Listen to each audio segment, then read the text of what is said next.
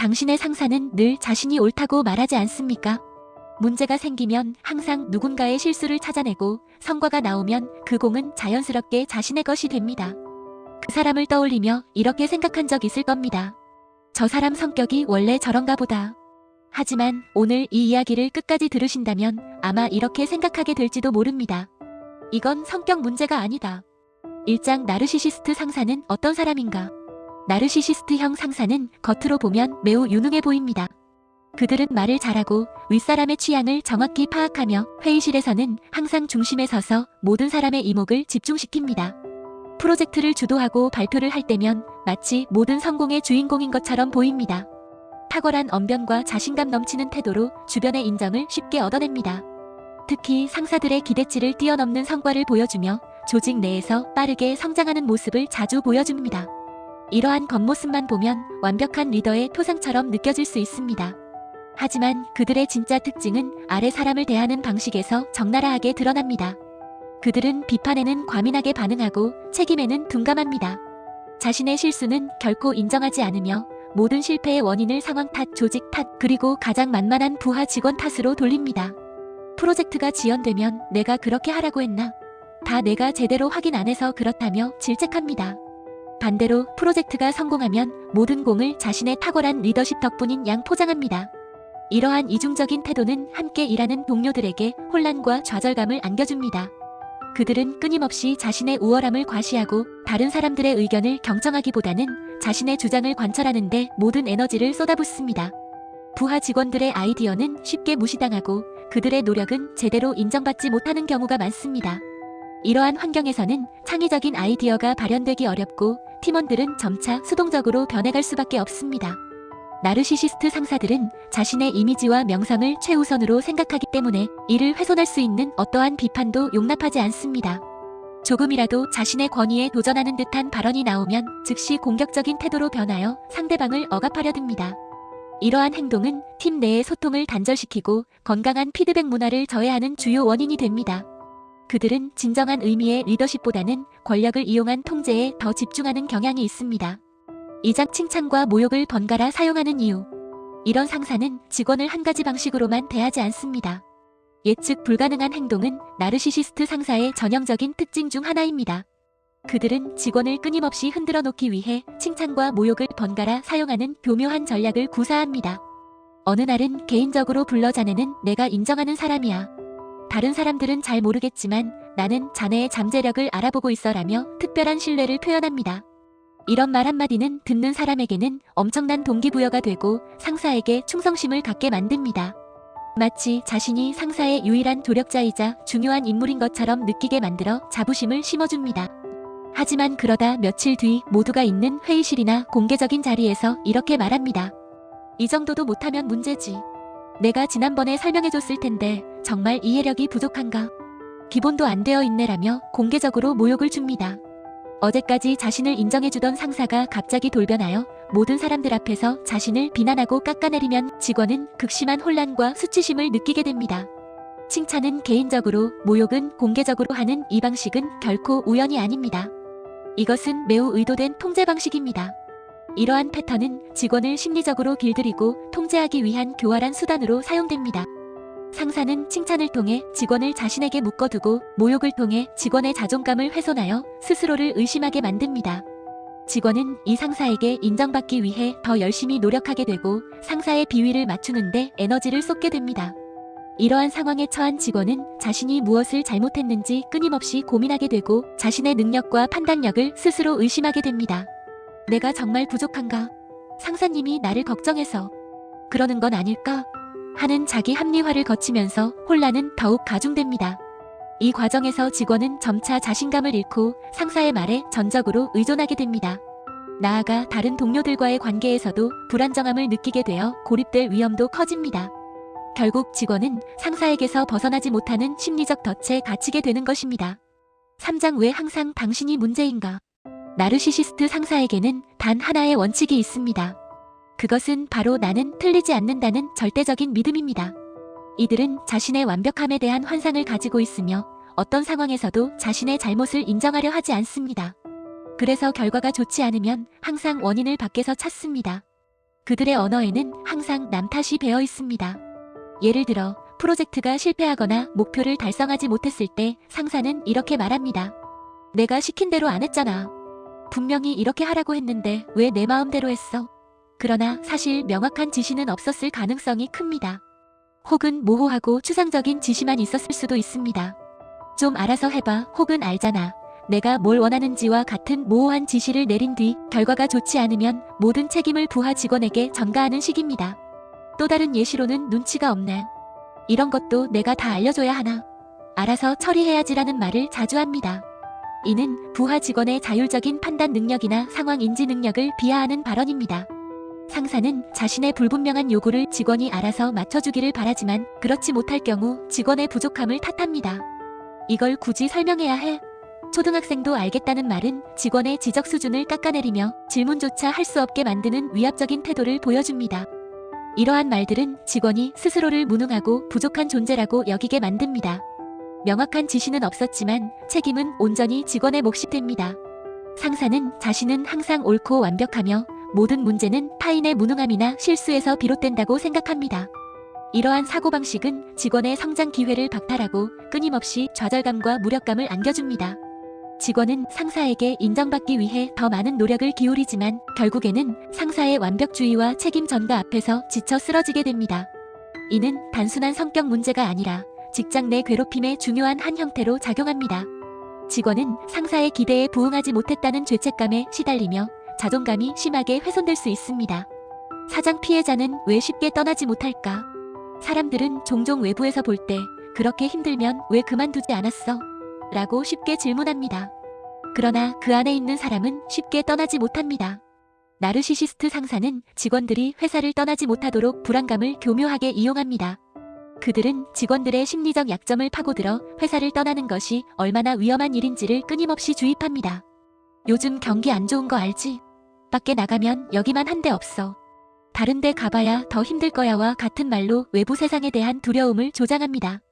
이는 직원의 선택지를 제한하고 현 상황에 안주하게 만드는 가스라이팅의 한 형태입니다. 직원은 상사의 말에 설득당하여 자신이 현재 있는 곳이 그나마 최선이라고 믿게 됩니다. 또한 상사는 직원들의 자신감을 의도적으로 꺾어놓습니다. 자네 같은 능력으로는 다른 회사 가서도 잘하기 힘들 거야. 여기서라도 버텨야지와 같은 말을 통해 직원의 자존감을 파괴하고 스스로의 능력을 의심하게 만듭니다. 점차 직원은 자신감을 잃고 자신의 판단력을 믿지 못하게 됩니다. 상사가 시키는 대로 하는 것이 가장 안전한 길이라고 여기게 되면서 수동적인 태도를 취하게 됩니다.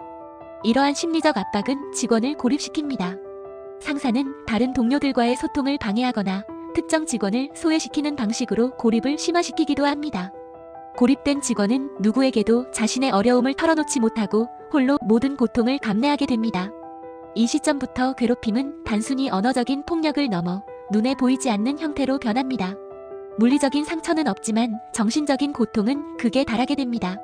직원은 만성적인 스트레스와 불안에 시달리며 심지어는 우울증이나 공황장애 같은 정신건강 문제를 겪을 수도 있습니다.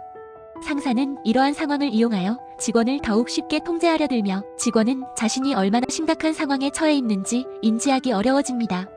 이는 마치 서서히 삶아지는 개구리처럼 자신이 처한 상황이 점점 나빠지고 있음을 뒤늦게 깨닫게 되는 것과 같습니다.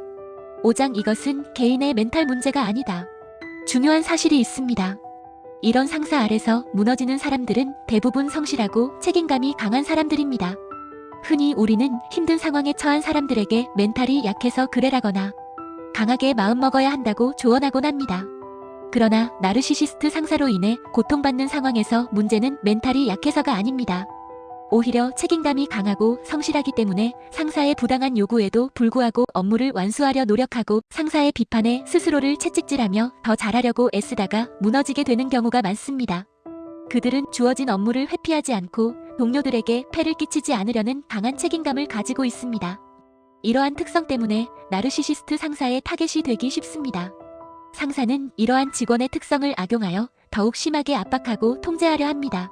지속적인 심리적 압박은 누구든 무너뜨릴 수 있는 강력한 무기입니다. 인간의 정신은 무한한 인내력을 가지고 있지 않습니다. 끊임없이 부정적인 피드백을 받고 자존감을 훼손당하며 고립되는 상황에 놓이게 되면 아무리 강한 사람이라 할지라도 결국 한계에 다다르게 됩니다. 이는 마치 계속해서 물방울이 떨어지는 바위가 결국 패이게 되는 것과 같습니다. 개인이 아무리 노력해도 통제할 수 없는 외부 요인에 의해 발생하는 문제입니다. 그래서 이 문제를 개인의 성격이나 적응 문제로만 보면 본질을 놓치게 됩니다. 이는 개인의 문제가 아니라 외부 환경에 의한 스트레스 요인이 개인에게 미치는 심각한 영향입니다. 우리는 이러한 상황을 개인의 나약함으로 치부해서는 안 됩니다. 오히려 이러한 환경을 조성하고 방치하는 조직의 문제, 그리고 나르시시스트 상사의 비정상적인 행동을 문제 삼아야 합니다. 직장 내 괴롭힘은 개인의 멘탈 강도로 버텨낼 수 있는 범위를 넘어서는 폭력입니다. 따라서 피해자를 탓하는 시선은 옳지 않습니다. 이 문제는 개인의 책임이 아닌 사회적이고 조직적인 접근이 필요한 중대한 사안임을 인지해야 합니다. 육장 조직은 왜 이런 상사를 방치할까? 이런 상사들이 회사에서 살아남는 이유는 분명합니다. 그들은 대개 숫자를 만들고 보고를 잘하고 책임을 위로 넘기지 않기 때문입니다. 나르시시스트 상사들은 자신의 능력을 과대평가하고 겉으로 보이는 성과를 중시하는 경향이 있습니다. 이들은 종종 단기적인 성과를 내는데 탁월한 능력을 발휘하기도 합니다. 목표 달성을 위해 부하 직원들을 극한으로 몰아붙이거나 비윤리적인 방법을 사용해서라도 눈에 보이는 숫자를 만들어냅니다. 또한 윗사람에게 보고하는 능력이 뛰어납니다. 자신에게 유리한 정보만을 선별하여 보고하고 문제점은 교묘하게 감추거나 다른 사람의 탓으로 돌립니다. 윗사람의 취향을 정확히 파악하여 그들이 듣고 싶어하는 말만 골라서 하며 자신을 유능하고 충성스러운 직원으로 포장하는 데 능숙합니다. 그리고 결정적으로 그들은 책임을 위로 넘기지 않습니다. 문제가 발생하면 그 책임을 부하 직원이나 다른 부서에 전가하거나 심지어는 외부 환경 탓으로 돌립니다. 자신에게 비난의 화살이 돌아오는 것을 극도로 싫어하기 때문에 어떻게든 자신에게 해가 되지 않도록 방어막을 칩니다. 이러한 행동 덕분에 윗사람들은 나르시시스트 상사를 유능하고 문제없는 직원으로 인식하기 쉽습니다. 조직은 사람이 아닌 성과만 보게 되는 경우가 많습니다. 특히 결과 중심주의가 강한 조직일수록 이러한 상사들은 더욱 견고하게 자리를 지킵니다. 조직의 상층부에서는 단기적인 성과와 매끄러운 보고만을 보며 그 과정에서 발생하는 인력 손실이나 내부 갈등에는 둔감해집니다. 그 결과 상처받는 사람은 개인이 되고 문제는 구조 속에 숨겨집니다. 나르시시스트 상사로 인해 고통받는 직원들은 결국 조직을 떠나거나 정신적 고통에 시달리게 됩니다. 이는 장기적으로 조직의 생산성을 저해하고 기업 문화 전반에 부정적인 영향을 미치지만 당장 눈에 보이는 손실이 아니기 때문에 간과되기 쉽습니다. 결국 조직은 단기적인 성과에 눈이 멀어 장기적인 인적 자원 관리와 건강한 조직 문화 구축에 실패하게 되는 악순환에 빠집니다. 이러한 방치는 개인에게는 회복하기 어려운 상처를 남기고 조직에는 침묵하는 병폐를 키우게 됩니다. 7장 직장 내 괴롭힘과 적응장애. 이런 환경에서 많은 사람들이 적응장애, 불안장애, 우울 증상을 겪습니다. 이것은 결코 마음이 약해서 생긴 병이 아닙니다. 이 모든 것은 지속적인 업무 스트레스와 괴롭힘이 만들어낸 결과입니다. 앞서 말씀드렸듯이 직장 내 괴롭힘은 근로기준법 제76조 2에 의해 금지되는 행위이며 사용자는 괴롭힘 발생 시 적절한 조치를 취해야 할 의무가 있습니다. 여기서 중요한 것은 이러한 괴롭힘이 단순한 불쾌함을 넘어 정신건강에 심각한 질병을 유발할 수 있다는 점입니다. 산업재해보상보험법 제37조 제1항 제2호 다목에 따르면 직장 내 괴롭힘으로 인한 업무상 정신적 스트레스가 원인이 되어 발생한 질병은 업무상 질병으로 인정될 수 있습니다. 즉, 법적으로도 직장 내 괴롭힘은 정신건강 문제를 야기하는 심각한 원인으로 인식되고 있습니다. 실제로 직장 내 괴롭힘에 시달리는 많은 분들이 우울증, 불안장애, 공황장애, 외상 후 스트레스 장애 PTSD 등의 진단을 받습니다. 이러한 질병은 일상생활은 물론 직무 수행 능력에도 심각한 영향을 미치며 개인의 삶 전반을 황폐하게 만들 수 있습니다. 산재로 인정받기 위해서는 직장 내 괴롭힘과 정신질환 사이에 상당한 인과관계가 입증되어야 합니다. 이를 위해서는 정신건강의학과 전문의로부터 명확한 의학적 진단을 받는 것이 필수적입니다. 초진 시점부터 직장 내 스트레스 상황을 구체적으로 설명하고 모든 진료 기록을 보관하는 것이 중요합니다. 또한 괴롭힘의 구체적인 정황을 입증할 수 있는 증거를 확보해야 합니다. 가해자와 나눈 메신저나 이메일 기록, 녹취 파일, 증인 진술, 그리고 일기 형식의 상세한 메모 등은 중요한 증거가 될 수 있습니다. 근로복지공단에 요양급여를 신청할 때는 요양급여 신청서와 함께 정신과 진단서, 초진 기록지, 병원 진료 기록, 재해 경위서, 그리고 괴롭힘 입증 자료를 제출해야 합니다. 업무 관련성, 괴롭힘의 지속성 및 반복성, 그리고 11가지 주요 업무상 스트레스 요인. 체크리스트를 육하원칙에 따라 구체적으로 기술하는 것이 산재 인정에 유리하게 작용합니다. 이러한 절차들이 복잡하고 어려울 수 있지만 이는 당신의 고통이 개인의 문제가 아니라 업무로 인한 명백한 질병임을 인정받는 중요한 과정입니다. 과거에는 회사 내 인간관계 문제로 치부되었던 직장 내 괴롭힘이 이제는 법적으로 금지되고 정신질환을 유발할 경우 산업재해로 인정받을 수 있는 시대가 되었습니다. 이는 당신의 고통이 객관적인 문제임을 증명하는 것입니다. 마무리 이건 당신의 잘못이 아니다. 혹시 지금 비슷한 상사를 떠올리고 있다면 기억해주세요. 당신이 부족해서가 아닙니다. 당신이 예민해서도 아닙니다. 당신을 무너뜨린 건 사람이 아니라 그 사람을 방치한 구조입니다. 당신의 가치는 그 상사의 말로 정의되지 않습니다. 그 상사의 비난이나 깎아내림이 당신의 본질적인 능력이나 가치를 훼손할 수는 없습니다. 오히려 당신의 인내심과 책임감이 당신을 고통스러운 상황으로 몰아넣었을 뿐입니다. 당신은 충분히 능력 있고 가치 있는 사람이며 그 상사의 통제와 괴롭힘에서 벗어날 자격이 있습니다. 당신은 혼자가 아니며 이러한 고통은 당신만의 문제가 아닙니다. 이 이야기가 당신이 스스로를 의심하는 시간을 조금이라도 줄여주길 바랍니다. 스스로를 탓하기보다는 상황을 객관적으로 분석하고 당신을 보호할 수 있는 방법을 찾아야 합니다. 필요한 경우 전문가의 도움을 받거나 노동 관련 기관에 상담을 요청하는 것도 좋은 방법입니다. 당신의 정신 건강과 행복이 최우선되어야 합니다. 당신은 소중한 존재이며 불합리한 상황에 맞서 자신을 지킬 권리가 있습니다. 이 메시지가 당신에게 작은 위로와 용기가 되기를 진심으로 바랍니다.